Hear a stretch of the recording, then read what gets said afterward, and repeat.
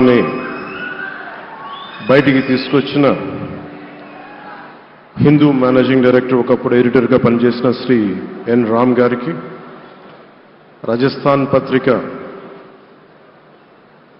Chief editor owner అయిన శ్రీ గులాబ్ కొఠారి గారికి, చిత్ర పరిశ్రమ అతిరథ మహారథులందరికీ,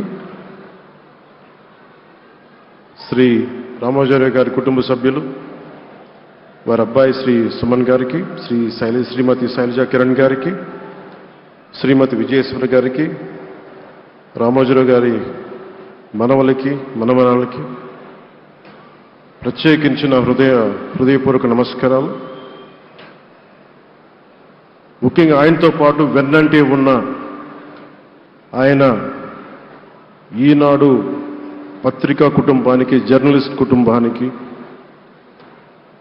వారందరికీ కూడా నా ప్రత్యేక హృదయపూర్వక నమస్కారం. రామోజీరావు గారి గురించి అందరూ చెప్పిన దానికంటే కూడా నాకు నా పర్స్పెక్టివ్లో, నా అనుభవంలో నేను చూసిన రామోజీరావు గారిని మీ కొద్ది సంఘటనలు పంచుకుంటాం. రామోజీరావు గారు నాకు సినిమాలు ఉన్నా కానీ నాకు పరిచయం లేదు. ముందు షూటింగ్ ఆయన స్టూడియోస్లో చేసినా కానీ ఫస్ట్ టైం పాలిటిక్స్కి ఎంటర్ అయిన తర్వాత 2008లో ఆ సమయంలో ఆయన్ని కలవటం జరిగింది. ఆయన మాట్లాడిన విధానం చాలా నిక్కచ్చిగా, ప్రజల పక్షపాతాన్ని. ఆయన మాట్లాడుతున్నంతసేపు నాకు మైండ్లో ఒకటే అనిపించింది, మనసులో జర్నలిస్టిక్ వాల్యూస్ని కాపాడటానికే ఆయన ఉన్నారు.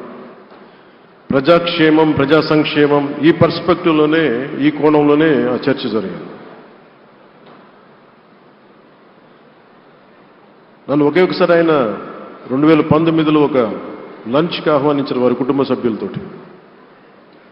ఆ రోజు ఆయన మాట్లాడింది దేశ పరిస్థితులు, ముఖ్యంగా పత్రికా స్వేచ్ఛ గురించి, పత్రికా రంగం ఎంత కీలకమైంది. ఆయన ఎప్పుడూ కాంప్రమైజ్ అవ్వలేదు. ఒక విషయం చెప్పాలి అంటే అది తనకి తెలిసిన వారు అవ్వచ్చు, తన సన్నిహితులు అవ్వచ్చు, స్నేహితులు అవ్వచ్చు, కుటుంబ సభ్యులు అవ్వచ్చు, జనం కోసం వచ్చేటప్పటికి నిష్పక్షపాతంగా, చాలా నిర్దాక్షిణ్యంగా ఉంటుంది ఆయన ఆలోచన పరిధి. అదే ఆయన ఈనాడు పేపర్లో రిఫ్లెక్ట్ అవుతుంది. నేను చాలాసార్లు అనుకునేవాడిని, ఒక వ్యక్తికి ఇంత, ఆయన ఆ రోజు లంచ్ తర్వాత కూర్చున్నప్పుడు ఆయన మాట్లాడుతుంటే ఆయన వేదన నేను చూశాను.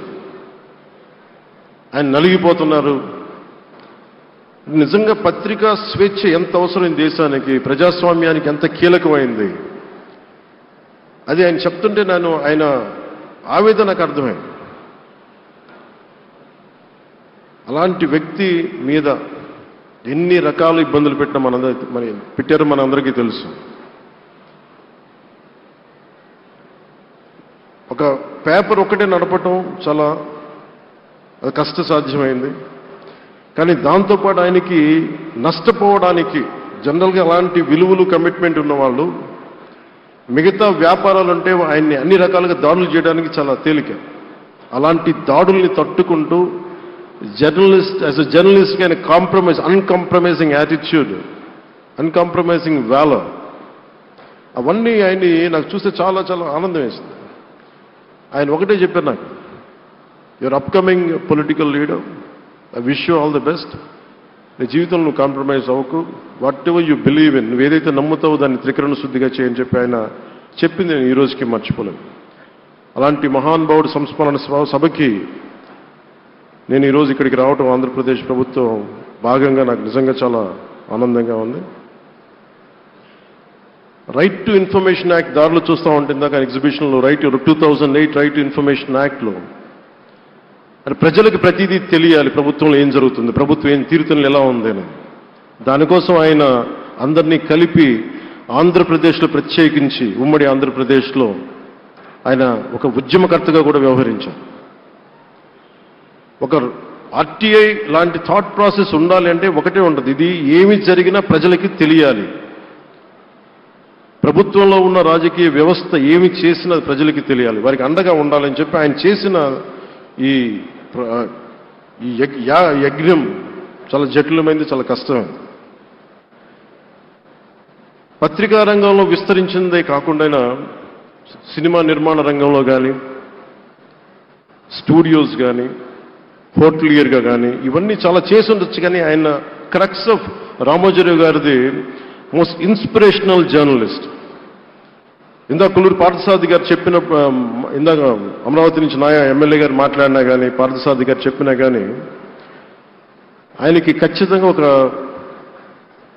విగ్రహం పెట్టాలని. ఎందుకంటే జర్నలిస్ట్ విలువల్ని కాపాడి ఆయన ఎందుకు ఇన్స్పిరేషన్ అంటే ఎన్ని కష్ట నష్టాలు వచ్చినా, ఒక జర్నలిస్ట్గా ఉండటం వేరు, ఒక పత్రికాధిపతిగా ఉండి అన్ని ఒడిదుడుకులు ఎదుర్కొని ఆయన కుటుంబాన్నంతా బెదిరించినా కానీ ఏమి చేసినా కానీ జనరల్గా కుటుంబ సభ్యులు కష్టం వస్తే నలిగిపోతాం. కానీ అది కూడా దాటుకొని నేను నా జర్నలిస్ట్ వాల్యూస్ నేను కాంప్రమైజ్ అవను, ఏదైతే జరగనని చెప్పి ఆయన కూర్చోబెట్టి at the cost of his family members also he vent ahead and uphold the journalistic values. వారికి దానికి చాలా చాలా సాహసంగా నాకు చాలా ఆనందం వేసింది. ఆయన ఆఖర్లో ఎలక్షన్ రిజల్ట్స్ వస్తాయి, ఎప్పుడు వస్తాయి వీటన్నిటి అనుకున్న టైంలో నేను ఒకటి అనుకున్నాను, ఆయన ఆరోగ్యం క్షీణిస్తూ ఉంది, బాగుండు, ఆయన ఈ విజయ వార్త వింటారా లేదా అనేది నేను ఒకటి ఆలోచిస్తూ ఉన్నాను. సో నేను శ్రీమతి శైలజ కిరణ్ గారిని, సుమన్ గారిని, శ్రీమతి విజయశ్రీ గారిని అడిగినప్పుడు నేను ఒకటి అడిగాను, ఆయన విన్నారా అండి, ఆయనకి మాటలు వినిపించినాయా? అందరూ చెప్తారు ఆయనకి వినిపించట్లేదంటే, లేదు, చాలా ఒక 24 గంటలు ఆ విజయాన్ని దశాబ్దం పాటు నలిగారు, దశాబ్దన్నర పాటు నలిగి ఆయన్ని నలిగిన తర్వాత ఆయన అలాంటి వ్యక్తి విజయ వార్త వినకపోతే అక్షోభిస్తుందేమో ఆత్మని అనిపించేది. కానీ విజయ వార్త వినే ఆయన పరమదించారు. అందుకు నాకు చాలా ఒక తృప్తినిచ్చింది. అలాంటి మహానుభావులకి నా నివాళులు అర్పిస్తూ ఆయన నుంచి ఎవరైనా నేర్చుకోవాల్సింది, ప్రజాస్వామ్యాన్ని పరిరక్షించడానికి ఎవరి స్థాయిల్లో, ఒక పత్రికాధిపతిగా కావచ్చు, ఎవరు ఏ స్థాయిలో ఉన్నా దాన్ని మనం కాపాడాల్సిన అవసరం ఉంది. అలాగే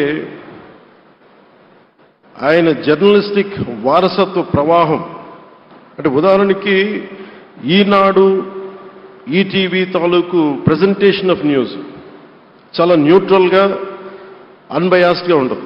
ఏదైనా విషయం చెప్పేటప్పుడు నా గురించి ఎంత రాస్తారో, నన్ను తిట్టాలనుకున్నప్పుడు అంతే తిడతారు. అంటే నువ్వు చేసే పనిని బట్టే గుర్తిస్తారు తప్ప నాకు తెలుసు కదా అని చెప్పి మళ్ళీ దానికి ఫేవరెటిజం ఉండదు. అది తెలుగుదేశం పార్టీ కావచ్చు, ఇంకొక పార్టీ కావచ్చు, కాంగ్రెస్ కూడా కావచ్చు. కాంగ్రెస్ చేస్తే కాంగ్రెస్ని ఆయన్ని పైకెత్తిన సందర్భాలు ఉన్నాయి. అలాగే ఏ పార్టీ తప్పులు చేసి నచ్చని ప్రజలకి ఇబ్బందికరమైన సంఘటనలు జరిగినప్పుడు ఏం మాత్రం వెనకాడకుండా ఫ్రంట్ పేజీలు వేసేవాడు. ఫ్రంట్ పేజీలో మరీ చాలా బలంగా చేసేవాడు. సో అందుకే నాకు అనిపించింది ఒక జర్నలిస్టిక్ వాల్యూస్, ఆయన తాలూకు వారసత్వ ప్రవాహం ప్రతి జర్నలిస్టు పుణికి పుచ్చుకోవాలి, అది తీసుకోవాలి. ఒక నది ఒక ప్రవాహం వెళ్తున్నప్పుడు మన స్థాయి, అది నువ్వు ఒక చిన్న బకెట్తో తీసుకుంటావు, చెంబుతో తీసుకుంటావు, ప్రవాహంలో నీళ్లు అన్నట్టుగా రామోజీరావు గారి జర్నలిస్టిక్ వారసత్వ ప్రవాహాన్ని మనం ఎంత తీసుకుంటాం అనేది మన స్థాయిని బట్టి ఉంటుంది. అది ఒక మోటార్ వేసి ఒక ట్యూబ్ మనకి పైపులో తోడుకునేలాగా ఉండొచ్చు, లేదంటే నా స్థాయి ఇంతే అంటే కూర్చోబెట్టి ఒక చెంబుతో తోడుకోవచ్చు.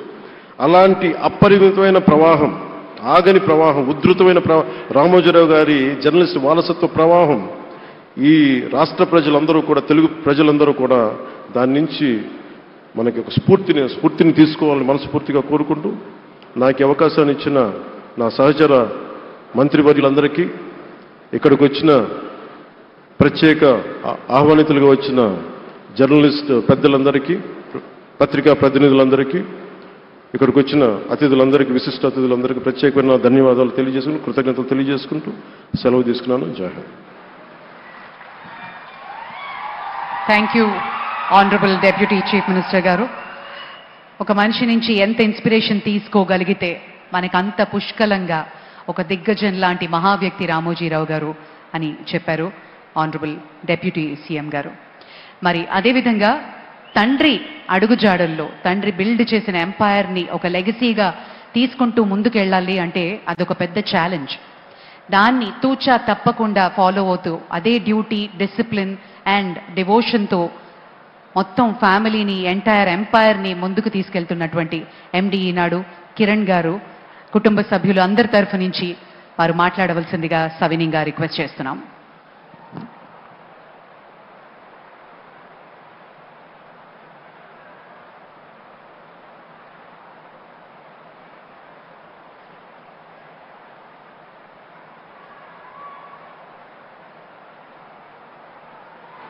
అందరికీ నమస్కారం.